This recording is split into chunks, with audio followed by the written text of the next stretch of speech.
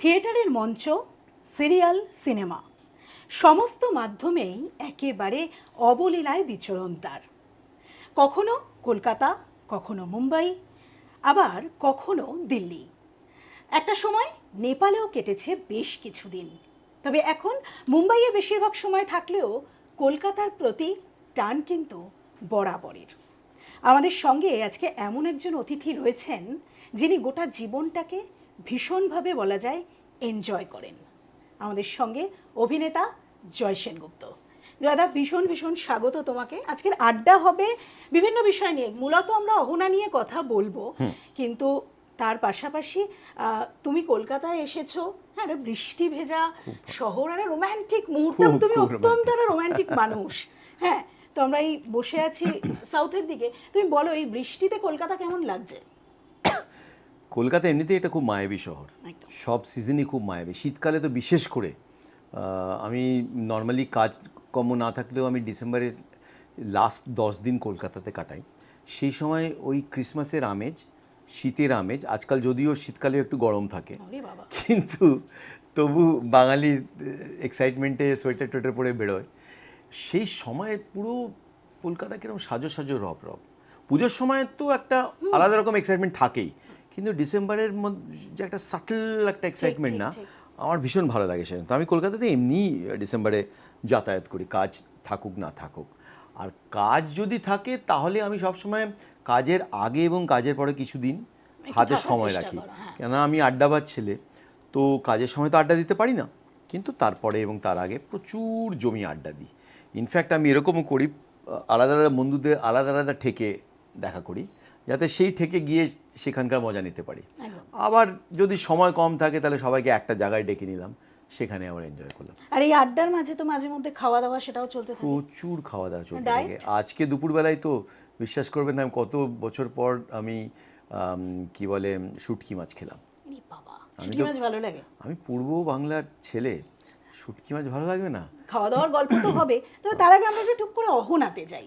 সেটা হচ্ছে যে অহনাতে তোমার ক্যারেক্টার ট্রেলার অনুযায়ী যতটুকু আমরা দেখেছি, এখনো তো পুরোটাই ডিরেক্টর বলেছে একটা টান টান সাসপেন্স রয়েছে, তো সেই জায়গা থেকে বলি অহনায় তোমার চরিত্রটা একটু যদি বলো, মানে ট্রেলার অনুযায়ী অন্তত খুব রেস্ট্রিক্টেড কি স্বামী? দেখো, অহনা যেই জায়গাটাকে টাচ করে সেটা হচ্ছে আমাদের সমসাময়িক সমাজেও পেট্রিয়ার্কি কীভাবে কাজ করে। ঠিক, যখন একটা শহরে একটা ভায়োলেন্ট রেপ হয়, একটি মধ্যবিত্ত মেয়ের রেপ হয়, তখন প্রচণ্ড শোরগোল হয়, সবাই রাস্তায় নামে, বিক্ষোভ হয়, তাই তো? রেপটা কিন্তু রোজ হচ্ছে এই দেশে, সাধারণ মানুষের জায়গায়, আদিবাসী, দলিত, এদের রেগুলার হচ্ছে, ততটা শোরগোল হয় না। কিন্তু শহরে কোনো বড় ইনস্টিটিউশনে যখন মধ্যবিত্ত মেয়ের সঙ্গে কিছু হয়, তখন শোরগোল হয় এবং হওয়া উচিত, বিক্ষোভ হওয়া উচিত। কিন্তু সেটাই একমাত্র বিক্ষোভ হওয়া উচিত নয়। বিক্ষোভটা হওয়া উচিত পেট্রিয়ার্কির এগেনস্টে, পুরুষতন্ত্রের এগেনস্টে। কেননা রেপ এবং রেপের আগে পরেও অনেক রকম জিনিস আছে যা মেয়েদের সম্মুখীন হতে হয়, বাড়িতে, অফিসে, স্কুলে, বড় হওয়ার সময়, রাস্তায়, সব সময়, কাজের জায়গায়, সব জায়গায়, যেটা পুরুষতন্ত্রেরই নানান রকম ষড়যন্ত্র। এবং যতক্ষণ না আমরা পুরুষতন্ত্রকে অ্যাটাক করব, পুরুষতন্ত্রকে কোনো না কোনোভাবে ভেঙে গুড়িয়ে দেওয়ার চেষ্টা করব, যতক্ষণ সেটা করব না, বাড়িতে বাড়িতে, স্কুলে স্কুলে, রাস্তায় রাস্তায়, কলেজে কলেজে, ততক্ষণ এটার কোনো সমাধান নেই। একজনকে শাস্তি দিয়ে কোনো সমাধান পাওয়া যায় না। এতগুলো কথা এই জন্য বললাম, কেন অহনাতে আমাদের ডাইরেক্টর প্রমিতা ভৌমিক পুরুষতন্ত্রের একটা দিক দেখিয়েছে, যেটা সভ্য দিক। একটি সভ্য মানুষ, শিক্ষিত মানুষ, সোকল লিবারেল ফেস, যে হয়তো নারীবাদ নিয়ে কথা বলে, তাদেরও ভেতরে পুরুষতন্ত্র কিভাবে লুকিয়ে রয়েছে। তারাও যখন তাদের নিজস্ব জীবনে মহিলাদের কিভাবে ট্রিট করে, সেটার উপরে যদি আমরা ক্যামেরাটা রাখি, তাহলে দেখতে পাবো যে এই সভ্যতার মুখোশ এটা খুলে যাবে।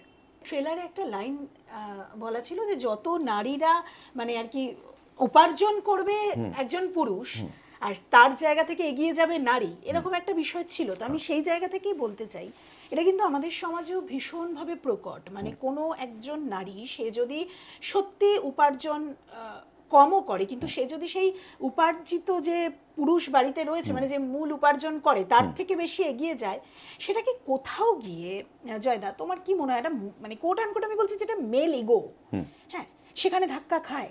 100% ধাক্কা খায়। দেখো, পুরুষের ইগো কীভাবে কীরকমভাবে কাজ করে। একজন পুরুষ একটি মেয়েকে ভালোবাসে কেননা সে অত্যন্ত স্মার্ট, মডার্ন, কনফিডেন্ট, রাইট, ঠিক আছে। সে তাকে বিয়ে করতে চায়, কেন সে তাকে নিজের প্রপার্টি বানাতে চায়, তাকে বিয়ে করে। বিয়ে করার পর যখন মেয়েটা বাইরে গিয়ে স্মার্ট, কনফিডেন্ট, সেক্সি হবে, তখন পুরুষ মানুষ সেটাকে সহ্য করতে পারবে না, কেননা তার কথা মতো বিয়ে হয়ে গেছে। এখন এই বিয়ের গণ্ডির মধ্যে তুমি আর সেই আগের রূপে থাকবে না। যে রূপটাকে আমি ভালোবেসেছিলাম সেই রূপটাকে তোমাকে বদলাতে হবে। তোমাকে এখন অন্য মেয়ে হতে হবে, তোমাকে আমার স্ত্রী হতে হবে, এবং আমার স্ত্রী মানে এই এই এই আদলে তোমাকে থাকতে হবে, ঠিক আছে। তো এই ব্যাপারটাই তো, এই যে বদলে দেওয়ার যে খেলাটা, সে কেন কনফিডেন্স সিকিউরড নয়, সে এই জন্য সিকিউরড নয়, তার মনে হয় আমার যেমন তাকে ভালো লেগেছে আর অনেক পুরুষের তাকে ভালো লাগবে, সেটা সে সহ্য করতে পারবে না। আবার তার এটাও ভয় যে অনেক পুরুষের তাকে ভালো লাগে, তারও যদি কাউকে ভালো লেগে যায়, এই ভয় ভীতির মধ্যে এই ইনসিকিউরিটিগুলো কাজ করে। এটা মানুষের ভেতরেই একটা ইনসিকিউরিটি থাকে নর্মালি, আর পুরুষের ভেতরে বিশেষ করে থাকে। যারা মানে পুরুষতন্ত্রের মধ্যে দেখা হয় যে একজন মহিলা অন্য সব কিছুর মতো তার প্রপার্টির জায়গায় থাকে, তার জমি, তার বাড়ি, তার মহিলা, তার ছেলে, তার বাচ্চা, এই সব কিছুর মধ্যে অ্যাসেটস, এই যে নানা রকম অ্যাসেটস একজন পুরুষের থাকবে, তার মধ্যে মহিলাও একজন অ্যাসেট। কিন্তু জয়দা, তুমি যে এই যে বললে কথাগুলো, যে পুরুষদের মধ্যে ইনসিকিউরিটি বেশি থাকে, আমার পুরুষ ভক্তরা কিন্তু রেগে যেতে পারে এই কথাটা শুনে, মানে সহমত নাও হতে পারে। রাগ তো হতেই পারে, কিন্তু সত্য তো আর রাগ দিয়ে ঢাকা যায় না। আমি তোমার সঙ্গে একমত হলাম কি না হলাম তাতে মিথ্যে সত্য হয়ে যাবে না, কি সত্য মিথ্যে হয়ে যাবে না, সত্য তো সত্য থাকবে। তো তুমি একটা সময় ম্যানেজমেন্টের স্টুডেন্টদেরকে কমিউনিকেশন পড়িয়েছো, হ্যাঁ, তো আমি যদি তোমাকে জিজ্ঞেস করি, তোমার সোশ্যাল মিডিয়াতে আমি জানি না তোমার অ্যাক্টিভিটি, সেই জায়গা থেকে দাঁড়িয়ে তোমার পিয়ার কতটা ভালো? আমার পিয়ার মোটেই ভালো না। আমার সোশ্যাল মিডিয়ায় পার্টিসিপেশন খুব অ্যাক্টিভ, কিন্তু সেটা অন্যভাবে। সেটা হচ্ছে আমার ইন্টারেস্টের যে জায়গাটা, আমার নিজস্ব যে কনসার্নস, আমার নিজস্ব যে অ্যাসপিরেশন, সেগুলোকে আমি সোশ্যাল মিডিয়াতে শেয়ার করি। আমি নিজেকে প্রমোট করি না। এই যে আমি জয় সেনগুপ্ত অ্যাজ এ পার্সোনালিটি নিজেকে প্রমোট করব অ্যাজ এ প্রোডাক্ট, সেটা আমি করি না, করতে পারি না। সেটা আমার নিজস্ব একটা ভ্যালু সিস্টেম রয়েছে বলে। আমি এটা কাউকে দোষ দিচ্ছি না, এটা আমার নিজের দোষ। কিন্তু আমার নিজের যে ইন্টারেস্ট, ধরো আমার যদি এনভায়রনমেন্ট নিয়ে ইন্টারেস্ট থাকে, আমি সেটা শেয়ার করব। আমার যদি রাজনৈতিক অ্যাসপিরেশন থাকে কোনো রকম, যে এইরকম স্বচ্ছ রাজনীতি হোক, নোংরা রাজনীতি হোক না, তো আমি সেই স্বচ্ছ রাজনীতির ব্যাপারে কথা বলবো। আমার যদি আর্ট অ্যান্ড আর্কিটেকচার নিয়ে ফ্যাসিনেশন থাকে, তো আর্ট অ্যান্ড আর্কিটেকচার আমার যে নলেজ কিংবা আমি যেই জিনিসগুলো দেখে বুঝেছি সেগুলো আমি শেয়ার করব। আমি ভালো সিনেমা, ভালো থিয়েটার দেখলে সেটার এক্সপিরিয়েন্স আমি শেয়ার করব, ঠিক আছে। আবার আমি একদিন যা যা জিনিস উপভোগ করলাম মানুষ হিসেবে, এবং সেই এক্সপিরিয়েন্সটাকেও আমি শেয়ার করব, কিন্তু আমি নিজেকে প্রোডাক্ট বানিয়ে প্রমোট করতে ঠিক পারি না। তো থিয়েটারের মঞ্চ তো এখনো, মানে তোমার সাথে একটু আগে যখন কথা হচ্ছিল যে থিয়েটার তোমার কোথায় জীবনের অন্যতম ভালোবাসা আর কি, প্রেম ভালোবাসা যাই বলা যায়, থিয়েটারের মঞ্চ ছাড়া তুমি ওটা আসলে কি জানো তো, আমি Joy Sengupta as a human being, as an artist, as a person তৈরি হয়েছি নাটকের জন্য। কেননা আমি ছোটবেলায় ভীষণ লাজুক ছিলাম, এতটাই লাজুক যে ক্লাসে যদি আমার নাম বলা হতো, মানে ক্লাসে না, তোমার অ্যাসেম্বলিতে আমার নাম নিলে আমি উঠে দাঁড়াতাম না, যে সবাই আমার মুখ দেখবে, আমাকে সবাই দেখবে, এই ভয়ে লজ্জায় আমি লুকিয়ে থাকতাম। এতটা লাজুক ছিলাম, নিজেকে কখনো প্রকাশ করতাম না, কখনো কোনো রকম ভাবেই আমি সামনের দিকে আসতাম না। তারপর আমি যখন আপার কেজিতে ছিলাম, কি ক্লাস 1-এ ছিলাম মনে নেই, আমাকে ওই স্কুলে একটা নাটকে নেওয়া হয়, এবং সেই নাটকটা করতে করতে তখন আর নাটক নিয়ে কি বুঝবো, তখন তো বাচ্চারা যেভাবে স্পন্টেনিয়াসলি করে, রিয়াক্ট করে, সেভাবে কোথাও আমার নিজে ভেতরে একটা বাঁধন ভেঙে যায়। আর আমি হঠাৎ খুঁজে পাই এক্সপ্রেশন, যে নিজেকে এক্সপ্রেস করার যে ক্ষমতাটা, সেটা কোথাও আমার মধ্যে লুকিয়ে ছিল। নাটক সেই জানলা দরজাটা খুলে দেয়। তারপর থেকে আমি স্কুলে যখন আমাকে কেউ নাটকে নিত না, আমি নিজে নাটক তৈরি করতাম। হ্যাঁ, ক্লাস 3-4 আমি নিজেই নাটক তৈরি করতাম। যে গল্প আমি পড়েছি তার থেকে নাটক তৈরি করতাম, তারপর নিজের বন্ধুদের নিয়ে নাটক ডাইরেক্ট করতাম। এটা করতে করতে করতে করতে কোথাও আমার নিজের ভেতরে ক্রিয়েটিভিটি আর ইমাজিনেশনটা জাগিয়ে উঠল। একটা গুণ আমার মধ্যে ছিল, যেটা আমার বাবা মার দৌলতে, বই পড়ার নেশা। আমি শেক্সপিয়ার আগে বাংলায় পড়েছি, তো সব কিছু ছোটদের মহাভারত, বড়দের মহাভারত দুটোই বাংলাতে পড়েছি। তো আমি ছোটোবেলা থেকে আমাদের বাড়িতে সাহিত্য চর্চা ছিল, ভালো গান, ভালো সাহিত্য, এটা চর্চা ছিল আমাদের বাড়িতে। তো সাহিত্য তোমার ভেতরে গল্প ঢোকায়, আবার সাহিত্য তোমার ভেতরে যে কল্পনা শক্তি সেটাকে আনলক করে দেয়। সবার মধ্যে মিডিয়াম থাকে না সেটাকে এক্সপ্রেস করার। আমার কাছে আমি থিয়েটারকে পেয়েছিলাম এই নিজের কল্পনা শক্তিকে উজাড় করে দেওয়ার জন্য। তো সেটা আমি করতে পেরেছি। তারপর তখন দেখলাম আস্তে আস্তে লোকেরা যখন আমাকে এনকারেজ করতে লাগলো এবং বলতে লাগলো যে এটা তোমার স্ট্রেংথ, এটা তুমি করে যাও, এটার মধ্যে তুমি এটার মধ্যে এমন কিছু করতে পারছো, তুমি ন্যাচারাল, তখন আমি সেটাকে এগিয়ে নিয়ে যেতে পারলাম। কারণ তোমার তালিকায় হাবিব তানভীরের নাম আছে, ব্যারি জন, লিলেট দুবে, মানে তাবড়ো তাবড়ো সমস্ত। সেটা তো পরে গিয়ে হয়েছে, সেটা আমি আমার সৌভাগ্যটা। কিন্তু আগে তো অত কিছু প্ল্যান করিনি। আগে আমার শুধু এই ছিল, যেটা সবাই ভাবে, যে এটা কি আমি এগিয়ে নিয়ে যেতে পারবো, এটা প্রফেশন হিসেবে কোনোদিনই ভাবিনি, কিন্তু এটা যে করে যেতে পারবো সেটাও তখন, সেটা একটা স্বপ্ন ছিল, যদি এটা আমি করে যেতে পারি। অনেকেই কলেজে গিয়ে তারপর আস্তে আস্তে নাটকটা পেছনের দিকে চলে যায়, পড়াশোনার চাপ, তারপর পরে ক্যারিয়ার, সকল ক্যারিয়ারের, তখন বাবু এগুলো ভুলে যা, যে কোনো বাঙালি পরিবারে আগে এনকারেজ করবে নাচ শেখার জন্য, গান শেখার জন্য, নাটক শেখার জন্য, কিন্তু পরে ক্যারিয়ারের জন্য বলবে এগুলো হবি, এটা তুমি সিরিয়াসলি নেবে না। তাই মেয়েদের গান, নাচ ফাচ সব পেছনে চলে যায়, ক্যারিয়ার, বিয়ে, এর মধ্যে ছেলে মেয়েরা ঢুকে যায়, এর মধ্যে ঢুকে যায়। কিন্তু আমি জেদ করে ছিলাম যে আমি এটাকে হবি হতে দেবো না, আমি এটাকে প্রফেশন বানাবো। এটা আমার বাবা মানে বলতেন যে যার হবি প্রফেশন হয়ে যায় সে সব থেকে সুখী মানুষ, একদম এটা বলতেন। মানে থিয়েটারের মঞ্চ তো প্রত্যেকে বলে যে মানে যারা থিয়েটারের সঙ্গে যুক্ত থাকে যে একটা খুব বড় শিক্ষা। তুমি যদি তোমার গোটা ক্যারিয়ারে বা তোমার জীবন দর্শনে যদি তোমার মানে বলতে হয় এক কথায় যে তোমার থিয়েটারের মঞ্চ সবচেয়ে বেশি কি শিখিয়েছে? প্রথমত থিয়েটার যেটা করে সেটা হচ্ছে তোমার মনের সমস্ত জানলা দরজা ভেঙে চুরমার করে দেয়, খুলে দেয়। সারা পৃথিবীর হাওয়া বাতাস তোমার ভেতরে ঢুকবে, তোমার ভেতরে ইবসেন ঢুকবে, তোমার ভেতরে চেকভ ঢুকবে, তোমার ভেতরে আর্থার মিলার ঢুকবে, তোমার ভেতরে গ্রিক ট্র্যাজেডিস ঢুকবে, তোমার ভেতরে শেক্সপিয়ার ঢুকে যাবে, তোমার ভেতর মুদ্রা রাক্ষস ঢুকবে, প্রেমচাঁদ ঢুকবে, মান্টো ঢুকবে, তোমার ভেতরে সব কিছু ঢুকে যাবে, তোমার ভেতরে মহাশ্বেতা দেবী ঢুকে যাবে, সব ঢুকে যাবে নাটকের ওইতে। এবং এরা যখন ঢুকবে তখন এদের বিচারধারা, এদের ওয়ার্ল্ড ভিউ তোমার মধ্যে ঢুকবে, এদের ফিলসফি তোমার মধ্যে ঢুকবে। তখন তুমি একই সময়ে অ্যাজ এ থিয়েটার পারসন তুমি ফিলোসফারও হয়ে যাবে, তুমি হিস্টোরিয়ানও হয়ে যাবে, তুমি একজন রাজনৈতিক অ্যাক্টিভিস্টও হয়ে যাবে, আবার তুমি আর্টিস্টও হয়ে যাবে। এই টোটাল জিনিসটা একমাত্র থিয়েটার মিডিয়ামে সম্ভব। এই অহনায় যখন তুমি কাজ করছিলে, অহনার শুটিং এর সময় বিভিন্ন ধরনের কাজ তো তুমি মানে একসঙ্গে শুটিং হয়, তার প্রস্তুতি চলে, অহনাকে তোমার ক্যারিয়ারের একটা অন্যতম জায়গায় কেন রাখবে? দেখো, আমরা নানান রকম ছবি করি, কিছু ছবি হয় যেখানে একজন ডাইরেক্টর একটি বাধা ধরা গল্প বলে, যে ধরুন গল্প তার মনে হয় চলবে। কিছু ডাইরেক্টর কি প্রডিউসার কিছু ছবি প্ল্যান করে বাজারের কথা ভেবে, ঠিক আছে। কিছু ডাইরেক্টর কিছু ছবি বানায় বেশ কিছু ছবি থেকে ইন্সপায়ার্ড হয়ে।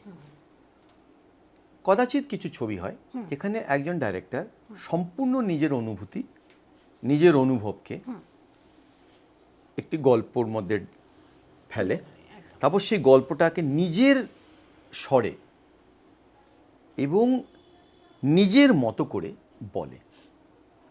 তাতে সেই ডাইরেক্টরের আর্টিস্টিক সত্তা আর পার্সোনাল সত্তাটা তুমি পাবে। সেই ছবিটা হয়ে যায় অত্যন্ত পার্সোনাল ছবি তার জন্য ডাইরেক্টরের। তার মধ্যে বাজারও নেই, তার মধ্যে অন্যদের ছবিও নেই, তার মধ্যে চলতি গল্পও নেই, তার মধ্যে অডিয়েন্স কি চায় কি খাবে সেই কোনো ব্যাপার নেই। পুরোটাই নিজের অনুভব, নিজের স্বর, নিজের মতো করে প্রস্তুতি। তারপর বাকি জিনিসগুলো আসে, তারপর অডিয়েন্স সেটা নেবে কি নেবে না, বাজার সেটাকে সম্মান দেবে কি দেবে না, সেটা অন্য ডাইরেক্টরদের ইন্সপায়ার করবে কি করবে না, অন্য ডাইরেক্টররা সেটা ব্যাপারে কি বলবে, সব পরে আসে। এই অরিজিনাল যে ব্যাপারটা যে হয় সেটা খুব বেশি ছবিতে হয় না, আর হলেও সবসময় আমরা সেরকম ছবি পাই না। তো সেরকম যখন ছবি পাই তখন সেটা ভালো লাগে যে একজন মহিলা যিনি কবি, যে সিনেমাটাকেও উনি তার আর্টিস্টিক সত্তার একটা এক্সটেনশন হিসেবে ধরেন, একজন কবির এক্সটেনশন হচ্ছে সিনেমা, তিনি ইমেজের মধ্যে দিয়ে তার জীবনের কবিতা বলতে চান, সেখানে মেয়ের কথা বলতে চান, পুরুষতন্ত্রের কথা বলতে চান, অথচ সে তার মধ্যে ইমোশনাল মোড়কে দিয়ে বলতে চান, সম্পূর্ণ নিজের মতো করে বলতে চান, এমন কিছু ঝুঁকি নেন যেটা বাংলা সিনেমাতে বাজারে থেকে অ্যাটলিস্ট নেওয়া যায় না। কি আমি কোনো ব্যাকগ্রাউন্ড মিউজিক ইউজ করব না, ন্যাচারাল সাউন্ডস ইউজ করব। কলকাতাতে ছবিতে সরাচর সিং সাউন্ড হয় না, এই ছবিতে সিং সাউন্ড করেছেন। হ্যাঁ, ওনার লিমিটেড রিসোর্সের মধ্যে উনি যে যে জায়গায় যে যেভাবে শুটিং করতে চান সেভাবেই শুটিং করেছেন, যে পাত্রদের সঙ্গে কাজ করতে চান তাদের সঙ্গে কাজ করেছেন, আর গল্পটাকে ঠিক যেভাবে বলতে চেয়েছেন ওনার অনুযায়ী ঠিক সেইভাবেই উনি বলেছেন। সেটা আমার কি অন্য কারো ভালো লাগলো কি লাগলো সেটা আলাদা কথা, কিন্তু ওনার নিজের যে মানে বলার যে প্রচেষ্টা সেটা উনি মনে করেন যে উনি যেটা বলতে চেয়েছেন উনি সেভাবেই বলেছেন, সেটাই আমার কাছে একটা অ্যাচিভমেন্ট। তো আমি যখন সিনেমাতে কাজ করি তখন নিজের ক্যারেক্টারটা এক জায়গায়, কিন্তু সব থেকে বড় আমার যে প্রাপ্তি হয় সেটা হচ্ছে আমি যে ধরনের ছবিকে রেসপেক্ট করি আমি কি সেই ধরনের ছবিতে কাজ করতে পারছি। সেটা আমি একটা ছবি দেখতে গেলাম, ধরো আসা যাওয়ার মাঝে, আমার দারুণ লাগলো, কিন্তু আমি কি সেরকম ছবিতে কাজ করতে পারছি, সেটা একটা জায়গা। চরিত্রটা যাই হোক না কেন, চরিত্র তো হতেই পারে, বড় ছোট ভালো খারাপ সব হতেই পারে, কিন্তু আমি যে ধরনের ছবি রেসপেক্ট করি সেই ধরনের ছবিতে যদি কাজ করতে পারি তাহলে আমি আমার স্যাটিসফ্যাকশনটা মানে সেটা এই ছবির ক্ষেত্রে তোমার একদম। তো সিনেমা আমার কাছে ওপরে, আমার চরিত্র তারপরে, আর চরিত্রর ভেতরে কতটা চ্যালেঞ্জ আছে সেটাও তারপরে। তুমি মহাশ্বেতা দেবীর কথা বলছিলে, তোমার সঙ্গে তো মানে তার যে কানেকশনটা, একটা ছবির মাধ্যমে একটা কানেকশন তৈরি হওয়া, 1084 মা আমরা সকলে জানি সেই সময়ের ছবি, এবং সেই সময় তুমি এমন কিছু তারকার সঙ্গে কাজ করেছো, আমি তাদের তারকাই বলবো, কারণ তারা এখনো পর্যন্ত ইন্ডাস্ট্রিতে এমন উপহার দিয়েছেন যা অনেকে দিতে পারেননি। আমি জয়া বচ্চনের সাথে কাজের সেই সময় করার অভিজ্ঞতা, আমি খুব একটু অন্যরকমই জিজ্ঞেস করব, এখন যখন জয়া বচ্চনেরও অনেকগুলো বছর বাদে এখন তুমি জয়া বচ্চনকে দেখো এবং সোশ্যাল মিডিয়ায় জয়া বচ্চনকে নিয়ে বিভিন্ন রকম মন্তব্য, হ্যাঁ, বা তারও কিছু অভিব্যক্তি, এই বিষয়গুলো মানে এভাবে কি কোনো মানুষের একটা অভিব্যক্তি দিয়ে তাকে বিচার করা যায়? আসলে সোশ্যাল মিডিয়া জিনিসটা এমন একটা জিনিস হয়ে গেছে, সোশ্যাল মিডিয়ার একটা চোখ হয়ে গেছে। মানুষ সোশ্যাল মিডিয়ার থ্রুতে মানুষের চোখ এখন সব জায়গায়, কিছুদিন পর বাথরুমে ঢুকে যাবে সেই চোখ, তাই তো, সব জায়গায়। আর সোশ্যাল মিডিয়ার থ্রুতে সবার কাছেই মন্তব্য করার একটা রাইট আছে, রাইট আগেও ছিল মন্তব্য করা, কিন্তু সেই মন্তব্যটা আমাদের কাছে পৌঁছতো না। আমি আমার বন্ধুদের আড্ডাতে কি মন্তব্য করছি সেটা আমার বন্ধুরা জানে, অপরে কেউ জানে না। কিন্তু সোশ্যাল মিডিয়ার থ্রুতে আমরা সেই মন্তব্যগুলো, সেই প্রাইভেট মন্তব্যগুলো, সেই অবাস্তব অবান্তর মন্তব্যগুলোকেও লক্ষ লক্ষ লোকের কাছে প্রস্তুত করি, এবং সেই মন্তব্যের উপর আরও মন্তব্য আসে, এবং সেই মন্তব্য নিয়ে আরও মন্তব্য হয়, জল্পনা কল্পনা হয়, একটা সার্কাসের জায়গায় চলে যায়। আসল বিষয়বস্তুটা কিন্তু সেখান থেকে আমরা অনেক দূরে চলে যাই। আর যাদের বোঝন শক্তি কম এবং কমে যাচ্ছে, আমার তো মনে হয় ফোন যত স্মার্ট হবে মানুষ তত বোকা হবে। হ্যাঁ, যতই এআই করো না কেন, যত তুমি নিজের স্মার্টনেস, নিজের ব্রেইন, নিজের ইমাজিনেশন, নিজের কল্পনা শক্তি, নিজের ইন্টেলিজেন্স, নিজের মেমোরি অন্য মেশিনকে দিয়ে দেবে, তত তোমার ক্যাপাবিলিটি, স্কিল সেট তোমার কমে যাবে। তোমার আওয়াজ তুমি অন্য কাউকে দিয়ে দিলে তোমার আওয়াজ আর সে খেলা করবে না। ঠিক ঠিক। তোমার চিন্তা শক্তি অন্য কাউকে দিয়ে দিলে সে তোমার হয়ে চিন্তা করছে, তোমার মেমোরি অন্য কাউকে দিয়ে দিলে তোমার মেমোরি চলে যাবে, তোমার তোমার নিজস্ব ফ্যাকাল্টি কমে যাচ্ছে, কমে যাবে। এটা আমি বিশ্বাস করি যে অ্যাজ এ স্পিসিস হিউম্যান বিইংরা অনেক বেশি ডাম্ব হয়ে গেছে। আমি বিশ্বাস করি আমরা অনেক বেশি ডাম্ব হয়ে গেছি। সে যতই আমরা ইলেকট্রনিক ইউজ করি না কেন, স্মার্ট কার ইউজ করি না কেন, তারা স্মার্ট হয়েছে। রাইট। একজনের দুজনের কি বলে বৈজ্ঞানিক প্রোগ্রেসে তারা স্মার্ট হয়ে গেছে, কিন্তু সাধারণ মানুষ তো অনেক বেশি ডাম্ব হয়ে গেছে, অনেক বেশি। এখন মানুষের কাছে ইনফরমেশনের নামে শুধু মিস ইনফরমেশন। আচ্ছা, এই যে কণ্ঠস্বর, হ্যাঁ, মানে এটা কি অনেক ছোটবেলার প্র্যাকটিস? তার কারণ হচ্ছে, অনেকে, আমি দর্শকের উদ্দেশ্যে বলি, অ্যাভেঞ্জার্স, মার্ভেল, ক্যাপ্টেন আমেরিকা, জয় সেনগুপ্ত পরপর, কিন্তু অন্তত আমাদের কাছে এটা তো খুব গর্বের, কারণ যে চরিত্রটার কণ্ঠ তোমাকে দিতে দর্শক শুনেছে, সেই চরিত্রটা খুব প্রিয়, মানে সকলের কাছে প্রিয়, সব জেনারেশনের কাছে প্রিয়। তো এইরকম একটা অফার যেদিন প্রথম এলো, সেই দিনটার মানে অনুভূতিটা কেমন ছিল? আমি না ওই সময় তো অত সিরিয়াসলি ভাবিনি ব্যাপারটাকে। যখন প্রথম আমার কাছে ক্যাপ্টেন আমেরিকার উইন্টার সোলজার প্রথম ছবিটা এসেছিল, আমি তখনও ভাবিনি আমার কাছে আমেরিকার একটা কমিক বুকের উপর ছবি তৈরি হচ্ছে, সেরকমই মনে হয়েছিল। কেন আমি ভয়েসিং তার আগেও করছিলাম, কিছু ভালো ভালো ছবিতে আমি ভয়েসিং তার আগেও করেছিলাম। ভয়েসিং করতে আমার ভালো লাগতো। আমি আগে আমার ক্যারিয়ারের শুরুতেও আমি ভয়েসিং দিয়ে শুরু করেছিলাম। Animation films, puppet films, documentary, ad films, আমি ভয়েসিং করতাম, আমার ভালো লাগতো। ভয়েস আর্টিস্ট হিসেবে আমি নিজেকে ভয়েস আর্টিস্ট মনে করতাম না, বাট ভয়েস নিয়ে খেলতে, চরিত্রকে ধরতে আমার খুব ভালো লাগতো, ইমোশনগুলো ধরতে আমার খুব ভালো লাগতো। আমি মালয়ালি সিরিজকে হিন্দিতে ডাব করতাম দিল্লিতেই, আমার বেশ ভালো লাগতো এসব। তো যখন এসে তখন অত সিরিয়াস নিইনি, কিন্তু পরে যখন অ্যাভেঞ্জার্সটা যখন একটা নতুন জেনারেশনের কাছে কাল্টের জায়গায় চলে গেল, তখন আমি বুঝতে পারলাম যে আমার যে দর্শক, নর্মালি আমার ছবির থ্রুতে যে দর্শক সিরিয়াস ম্যাচিওর দর্শক, আমার নাটকের থ্রুতে যে দর্শক কালচারালি লিটারেট দর্শক, কিন্তু এই যে ইয়াং জেনারেশনের মধ্যে জেন জি বলো কি জেন ওয়াই বলো কি মিলেনিয়াল বলো, এই দর্শকের মধ্যে যে ইয়াং যে দর্শক রয়েছে, তারা যে জিনিসগুলোকে গুগ্রাসে রোজ গিলছে, তারা যেই মানে কি বলবো, যে এন্টারটেনমেন্ট পৃথিবীতে তারা বাস করছে, সেখানে আমি ছিলাম না আগে।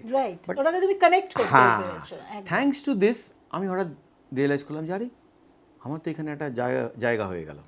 তো সেখান থেকে আমি প্রচুর রেসপন্স পেতে শুরু করি। তখন আমার মনে হলো হ্যাঁ, এটা একটা কিছু ইন্টারেস্টিং হয়েছে, বড় হয়েছে। কিন্তু করার সময় তো আমি এসব কিছু ভাবিনি। করার সময় এত বড় একটা কন্ট্রাক্ট সাইন করেছি ওয়ার্নার ব্রাদার্সে, তার মানে তার 300টা পাতা, সিক্রেসির পাতা। যখন আমরা ভয়েসিং করতাম তখন স্ক্রিনের অনেক কিছুই ঢাকা থাকতো, দেখতে দিত না, যাতে কেউ রিভিল না করতে পারে।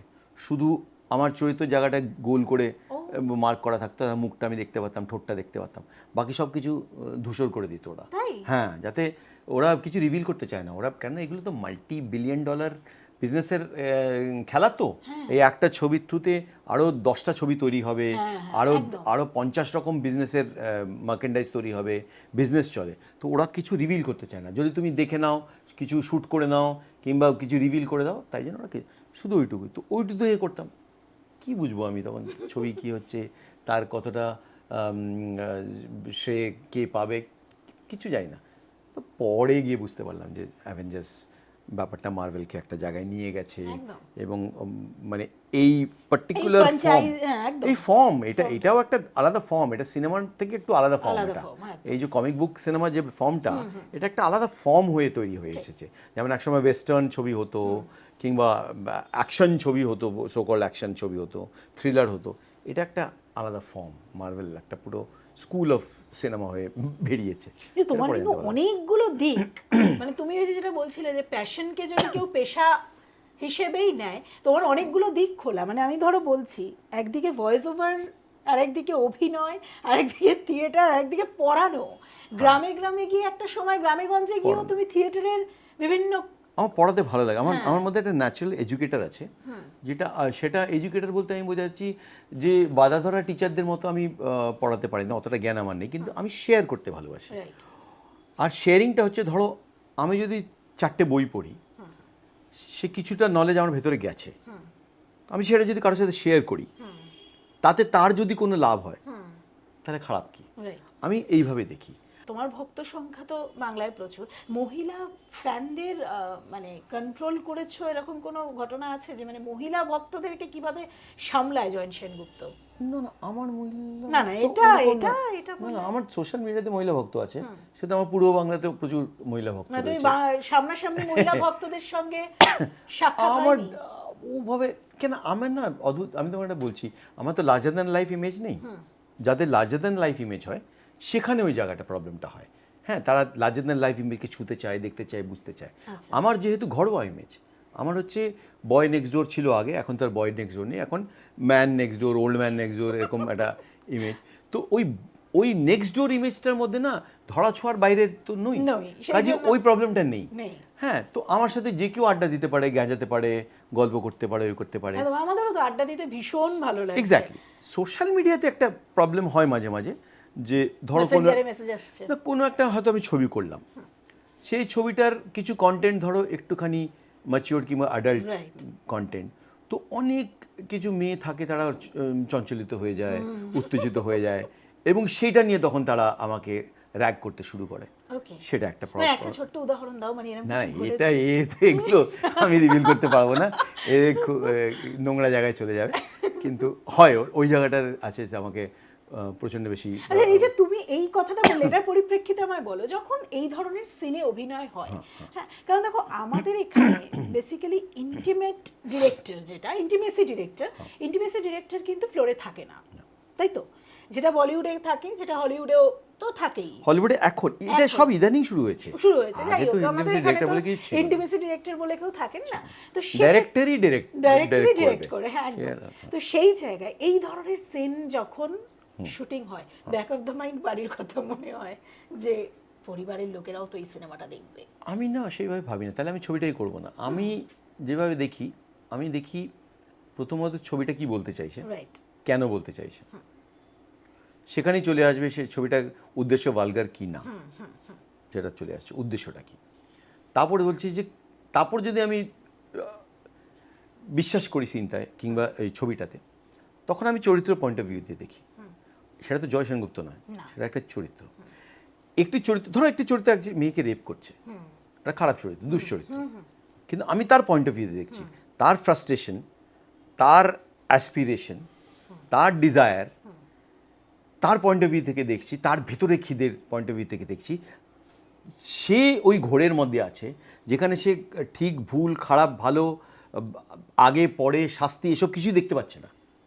সে ল, লিগাল, পুলিশ কিছুই দেখতে পাচ্ছে না। সে শুধু দেখতে পাচ্ছে যে এই মুহূর্তে আমার এটা চাই, কেন তার ভেতরে ওই খিদেটা রয়েছে, সেই আগুনটা রয়েছে, যাই হয়েছে সে সমাজ তার মধ্যে তৈরি করেছে, তার লোনলিনেস তার মধ্যে তৈরি করতে পারে, হতে পারে তার জীবনে কোনো নারী সঙ্গ নেই, সেই মেয়ে কি সেটাই ঠিক করে জানে না, বোঝে না, কিন্তু বাকি সব কিছু তার মধ্যে রয়েছে। এবং চারদিকে সে যখন সোশ্যাল মিডিয়াতে এই সাইটে, ওই সাইটে, ওখানে ওখানে জিনিস দেখছে, সেগুলো দেখে তার মধ্যে যে উত্তেজনা হচ্ছে, তারপর সে দেখছে যে এই ছেলে মেয়েগুলো ডেটিং করছে, মেয়েদের সাথে ঘুরে বেড়াচ্ছে, ওই করছে, তারপর সে সিনেমাতে দেখছে যেভাবে প্রেম চলছে, ওই চলছে, তা ওর মধ্যে একটা কোথাও তৈরি হচ্ছে ওই অ্যাসপিরেশন। এবং তখন সে যখন একটা মেয়েকে দেখছে, যে তার মধ্যে সে হিরোইন দেখছে, কিংবা তার মধ্যে সে ওই রিলের মেয়েটা দেখছে, ওই সাইটের ওই সিনের মেয়েটাকে দেখছে, এবং সে ঝাঁপিয়ে পড়ছে, তাই তো? তো আমি ওই পয়েন্ট অফ ভিউ, ক্যারেক্টারের পয়েন্ট অফ ভিউ থেকে সেটাকে দেখি। তখন আমি তখন পরিবার, এই সমাজ, ওসব ভাবলে তো হয়ে গেল। তখন শুধু চরিত্র পয়েন্ট অফ ভিউ থেকে, চরিত্র পয়েন্ট অফ ভিউ থেকে সেটা জাস্টিফাইড। এবার সে ডাইরেক্টর ডিসাইড করবে যে সেটা কোন দিকে নিয়ে যাবে, কিভাবে নিয়ে যাবে, কেন নিয়ে যাবে, সেটা তো আমার জায়গা না। আচ্ছা, তুমি তো সব রকম ইন্ডাস্ট্রির সঙ্গে, আই মিন অনেকগুলো ইন্ডাস্ট্রিতেই তোমার মানে স্টেপ রেখেছো, তো আমি সেই জায়গা থেকে জিজ্ঞেস করছি, জয়দা, এখন তো রাজনীতিতে আসা খুব একটা নতুন কিছু নয়, এটা অনেক দিন ধরেই চলছে, তো সেই জায়গা থেকে ইন্ডাস্ট্রির রাজনীতি নাকি রাজনীতিতে ইন্ডাস্ট্রি, মানে ওই দুটোর মধ্যে কোনটাকে তুমি মনে করো, কোনটাকে কোন জায়গায় রাখবে? মানে ধরো আমি ইন্ডাস্ট্রির কেউ, আমি রাজনীতিতে পা দিলাম, বা রাজনীতির মধ্যে ইন্ডাস্ট্রি ঢুকে গেল, ঠিক আছে, মানে এই দুটো মিলিয়েই আর কি। প্রথমে রাজনীতির মধ্যে ইন্ডাস্ট্রি ঢোকাটা দেখি আগে, বড় বড় আর্টিস্টরা চিরকালই রাজনৈতিক ছিলেন, রাইট। কিন্তু তারা রাজনীতিতে ঢুকতেন না।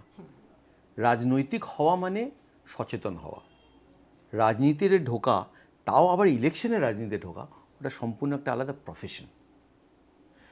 তুমি অভিনয় ছেড়ে দেবে, তুমি সিনেমা ছেড়ে দাও, তুমি ইন্ডাস্ট্রি ছেড়ে দাও, তুমি মানুষ সেবার জন্যে তুমি মনে করলে যে আমাকে এই মুহূর্তে মানুষের সেবা, সমাজের সেবা করতে হবে, এই দায়িত্বটা সবথেকে বড় দায়িত্ব এখন।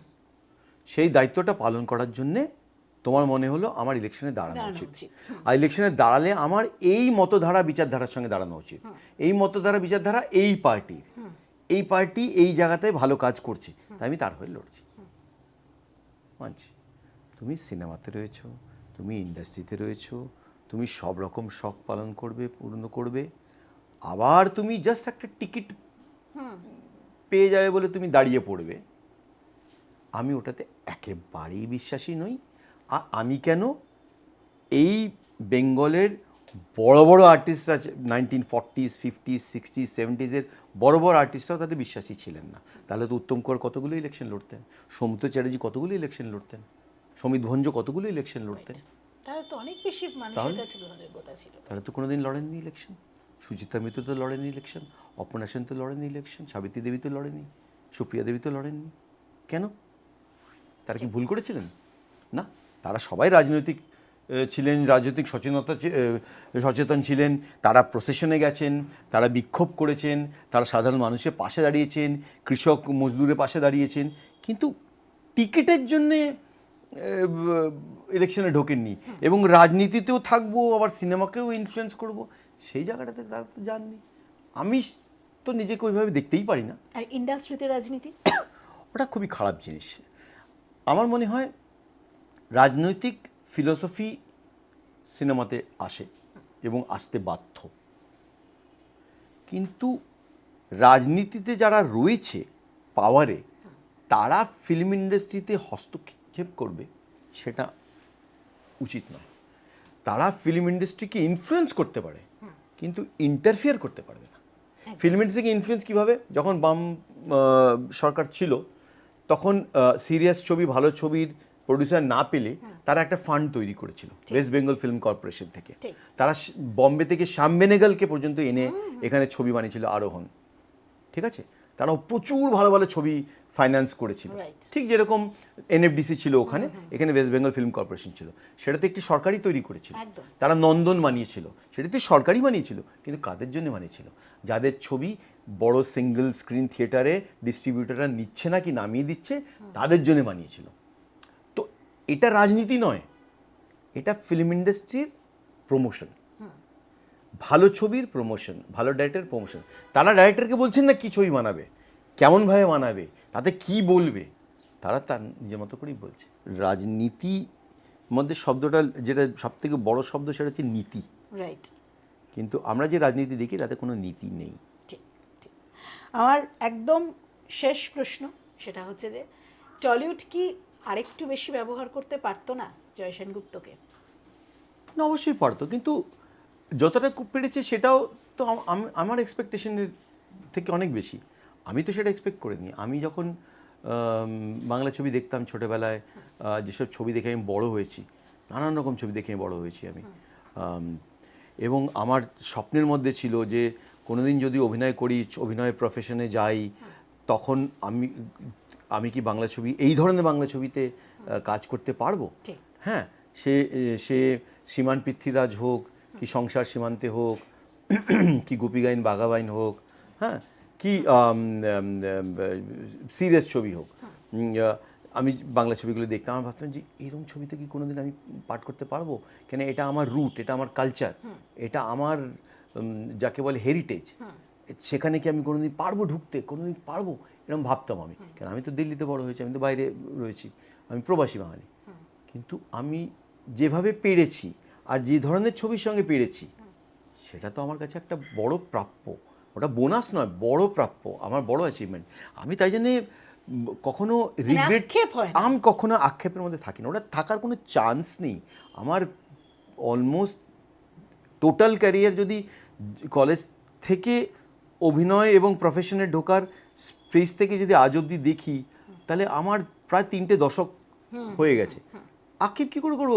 মানুষের অভিনয়তেই এসে 5 বছর তাদের মেয়াদ ফুরিয়ে যায়। একদম 5 বছর পর তাদের কেউ চেনে না, জানে না। ঠিক। আমি তো বছরের পর বছর, দশকের পর দশক কাজ করে যাচ্ছি।